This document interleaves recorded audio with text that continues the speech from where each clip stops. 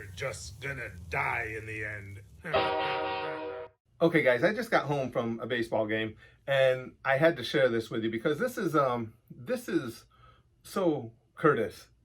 Tonight, third inning, I'm playing left field.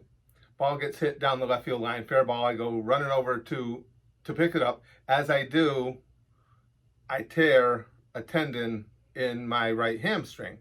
Now, I don't know how many of you guys have ever had a tendon or a muscle tear. I hope you haven't had one, and I hope you never do because they hurt.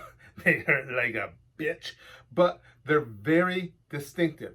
Typically, if you get an injury, an internal injury, muscles, tendons, tissues like that, it'll hurt, and you're like, oh, we've all done it. Oh, I did something to that. I'm not sure what it was. With a tear, you know it because that's exactly what it feels like. You feel the actual.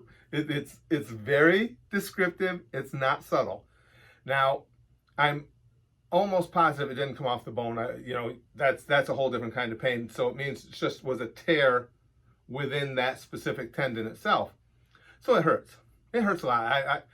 With wrestling, I've had all the injuries you can imagine. The muscle and tendon tears are more painful to me than broken bones or any one of a number of other things. So now the smart thing in that situation would do. Now listen, kids, when you have a situation like this, be smart. Don't be a meathead. Don't be a Curtis. The smart thing to do would be to go to our manager, Jimmy, and say, hey, Jimmy, why don't you have somebody play the field for me the rest of the night?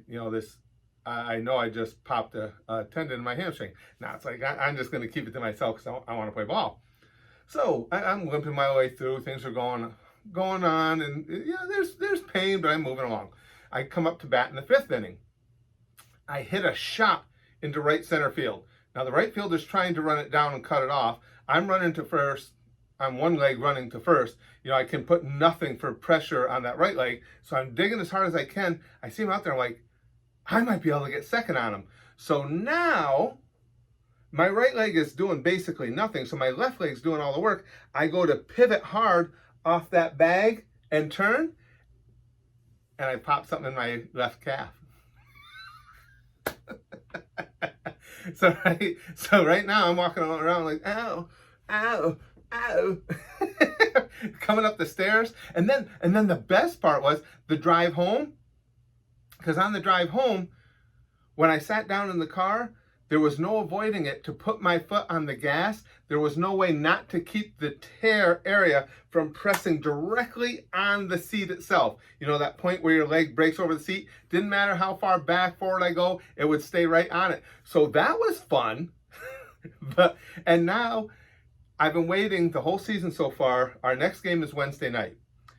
It's being played at my home field. It's being played. Typically, I have to drive. It's a 50 to 55 minute drive to most of the ballparks. Tonight's was 55. This one is right in the community next door, and it's the community I work for. I retired from the city there. They have a beautiful stadium there now where a high-end summer league collegiate team plays.